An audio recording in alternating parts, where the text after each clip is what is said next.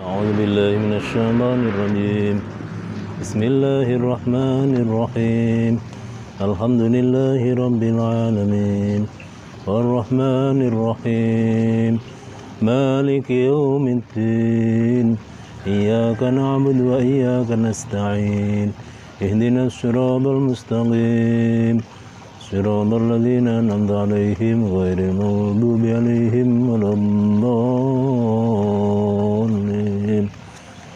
رب اغفر لي ولوالدي آمين بسم الله الرحمن الرحيم قل أعوذ برب الناس ملك الناس إله الناس من شر الوسواس الخناس الذي يوسوس في صدور الناس من الجنة والناس بسم الله الرحمن الرحيم قل أعوذ برب الناس ملك الناس إله الناس من شر الوسواس الخناس الذي يوسوس في صدور الناس من الجنة والناس صدق Allahul Azim. Kepada pemirsa sekalian, alhamdulillah pada kesempatan sore ini menjelang waktu maghrib kita bisa bersua kembali dalam acara tadarus tadabbur Al-Quran, membaca Al-Quran dan mendalami, mengkaji kandungan-kandungan yang ada di dalam ayat-ayat Al-Quran. Yang barusan kita baca yaitu surat An-Nas, surat yang terkumpul di dalam juz 30, akhir dari juz 30, yaitu yang terkenal dengan juz Amma. Di dalam juz Amma ini ada surat-surat pendek yang diistilahkan adalah surat mufassalat, surat yang dipisah dengan yaitu ayat-ayat atau surat-surat yang memang banyak suratnya karena suratnya pendek-pendek, surat yang terperinci atau difasal-fasal. Surat An-Nas atau yang asli maknanya An-Nas itu adalah manusia. Ada banyak ulama yang berpendapat An-Nas itu dari kata dasar nasia, yansa, nisyanan, terus diambil dari kata nisyanan. An-Nas adalah dari isim fa'ilnya, yaitu nasi, An-Nas, nasia, nasiun. Jadi nasin dari lafadz nasiun, seperti lafadz kodo, nasia, kodoya, kodowa, atau rodia, rodin, nasin, nas, asalnya nasiun, maknanya orang yang lupa. Jadi An-Nas adalah maknanya adalah orang yang lupa atau makhluk yang lupa. Kalau kita membaca satu makalah, ada satu makalah yang menjelaskan masumiyal insan inna illa linisyani. Manusia tidak dinamakan manusia, tidak diambil dari kata nasun atau insan, kecuali karena banyak lupa, karena banyak lalai, lengah. Sebagaimana lafadz al-qalbu itu maknanya hati.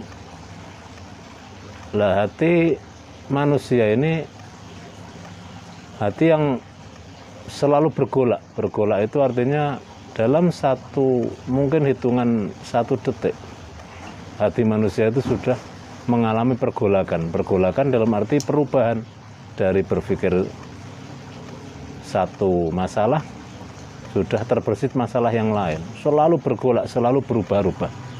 Maka dalam istilah makalah tadi, wa masumiyal qalbu illa litaqallubihi. Hati tidak dinamakan bergolak kecuali karena hati itu terus bergolak. Hati tidak dinamakan hati kecuali karena terus bergolak, berbolak-balik, berubah-ubah. Maka dalam doa Rasulullah tentang hati ini, Rasulullah mengajarkan kepada kita ketika akhir dari sholat, di tahiyat akhir kita membaca Allahumma tsabbit qalbi ala dinik. Wahai Tuhan, tetapkan hati kami untuk terus di dalam jalur yang diridhoi Engkau, adalah agama Engkau, adalah syariat. Karena apa? Karena hati selalu bergolak. Bahkan saking bahayanya atau saking beresikonya hati ini akan berubah, nggak ada manusia diajarkan oleh agama kecuali untuk meminta agar hati ini tetap di dalam keimanan. Sampai ada doa juga, itu adalah ajaran dari Allah langsung. Di dalam Al-Quran dijelaskan, Rabbana la tuzigh qulubana ba'da idh hadaitana. Wahai Tuhan, jangan Engkau palingkan, jangan Engkau selewengkan hati kami setelah Engkau beri petunjuk menuju jalan yang lurus, petunjuk yang baik, petunjuk kebenaran. Ini karena apa ya? Karena hati ini sangat mudah untuk bergerak, berbolak-balik arah. Sebagaimana sabda Rasulullah di akhir zaman ini, Rasulullah menyifati sifat manusia, kebanyakan dari manusia di akhir zaman ini, yusbihu imanan wa yumsi kafiran. Wa yumsi imanan wa yusbihu kafiran, al-hadits au kama qala. Di akhir zaman ini banyak orang yang pagi-pagi masih dalam kondisi iman, namun di petang hari, di sore hari sudah kafir. Atau sebaliknya, sore hari masih iman tapi di pagi hari kafir. Sebagaimana dulu ada istilah ungkapan esok dele sore tempe, ada perubahan, sangat mudah terkontaminasi. Maka dari itu kembali lagi, surat yang kita baca, surat An-Nas, ini terkenal dengan surat Mu'awidah, surat penjagaan, surat perlindungan. Kita menjaga dari, minta penjagaan kepada Allah dari kelupaan itu. Lupa kalau kita ini manusia, lupa kalau kita itu makhluk yang lemah, lupa kalau kita kadang akan mengalami perubahan-perubahan itu sendiri, lupa kalau kita akan mati dan seterusnya. Maka karena pentingnya hal itu, sampai Rasulullah mengajarkan kepada Dewi Aisyah, mengajarkan kepada para sahabat untuk selalu membaca ta'awud. Ta'awud yang dijelaskan oleh Rasulullah, di samping ta'awud fa idza qara'tal Qur'an fasta'idz billah minasyaitonir rajim, ketika engkau membaca Al-Quran maka mintalah perlindungan pada Allah dari setan yang terlaknat dengan membaca a'udzubillahi samil alim minasyaitonir rajim atau a'udzubillahi minasyaitonir rajim. Di samping itu Rasulullah mengajarkan pada Dewi Aisyah untuk membaca surat Mu'awwidzatain. Surat Mu'awwidzatain itu yaitu qul a'udzu birabbin nas dan qul a'udzu birabbil falaq. Kenapa dinamakan Mu'awwidzah? Ya diambil dari ayat yang ada di dalam surat An-Nas dan surat Al-Falaq itu. Karena ayatnya berbunyi qul a'udzu. Dari lafaz a'udzu itu diambil isim fa'ilnya, awadza yu'awwidzu ta'widzan, mu'awwidzan. Jadi mu'awwidzatan maknanya mu'awwidzah dua, sesuatu surat yang menjaga, dua surat yang menjaga. Jadi mu'awwidzatan, dua surat yang menjaga, melindungi dari godaan, melindungi dari hal-hal yang buruk bagi si pembacanya. Sehingga Rasulullah ketika di dalam sakitnya, ketika Rasulullah sakit parah, Dewi Aisyah diperintah oleh Rasulullah untuk membacakan surat Mu'awwidzah ini. Kalau nggak salah, Dewi Aisyah yang membaca, terus ditiupkan di telapak tangannya Rasulullah setelah dibaca surat Muawwidzah ini terus diusapkan di seluruh tubuhnya. Itu di samping untuk penjagaan dari gangguan-gangguan sesuatu yang astral seperti jin, setan, santet, tenun, dan seterusnya, sihir dan seterusnya, juga untuk wasilah untuk penyembuhan fisik. Maka Rasulullah juga mengajarkan ketika kita mau tidur, hendaklah membaca surat Muawwidzatain ini. Qul a'udzu birabbin nas, qul a'udzu birabbil falaq. Diteruskan dengan surat Al-Ikhlas, qul huwallahu ahad, ditambahi dengan ayat kursi.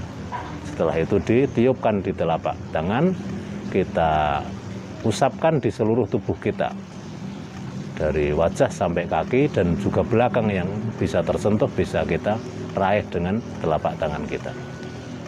Maka dari itu, dengan pembacaan surat An-Nas ini semoga kita bisa berlindung, bisa terlindung, bisa terjaga dari berbagai hal-hal yang merugikan diri kita, baik yang berupa fisik, berupa penyakit atau non-fisik,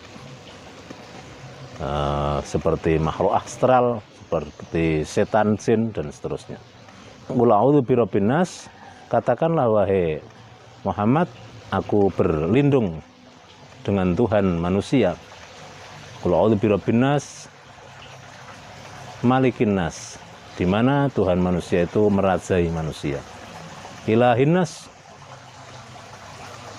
memiliki manusia, ilahin nas, menjadi Tuhannya manusia. Artinya menjadi Tuhannya manusia, ya yang mengatur, yang mengurusi, yang menguasai, yang akan memberi penjagaan, yang akan selalu mengawasi kita. Sehingga ketika kita minta perlindungan kepada zat yang menciptakan manusia itu sendiri, yang merajai manusia itu sendiri, dan merajai semua yang ia ciptakan, yang dia ciptakan, niscaya kita aman, karena kita sudah berlindung kepada zat yang memanage itu semua, yang menyutradarai itu semua. Min syarril waswasil khannas, dari jeleknya al-khannas. Al-waswasil khannas yang digendaki di situ adalah pengganggu hati manusia. Dan yang paling baku yaitu yang digendaki adalah setan yang bisa masuk di darah manusia, bisa masuk di tubuh manusia sebagaimana perjalanan darah.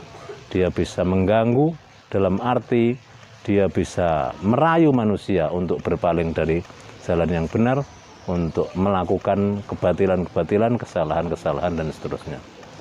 Min syarril waswasil khannas alladzi yuwaswisu fi sudurin nas, di mana dia An-Nas ini Al-Khannas ini mengganggu di hatinya manusia, fi sudurin nas minal jinnati wan nas. Dari gangguan yang mengganggu itu ada kalanya makhluk bangsa jin, minal jinnati wan nas, juga makhluk bangsa manusia. Artinya bahwa potensi bahwa kita akan diganggu, kita akan dirayu, kita akan diarahkan, diselempengkan, atau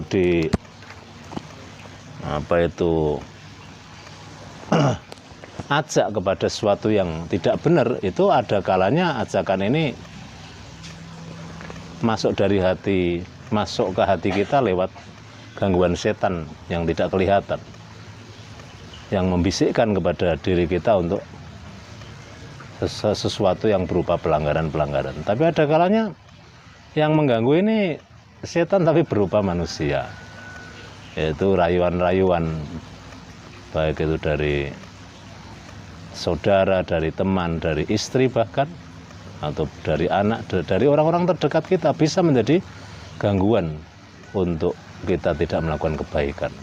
Mungkin kita sedang siap, semangat untuk melakukan kebaikan, tapi istri kita atau anak kita atau keluarga kita menghalang-halangi, memberi, mungkin kita ingin sedekah, tapi karena eman-eman dari mungkin keluarga kita, ada yang nanti kalau dibuat sedekah kita habis uangnya.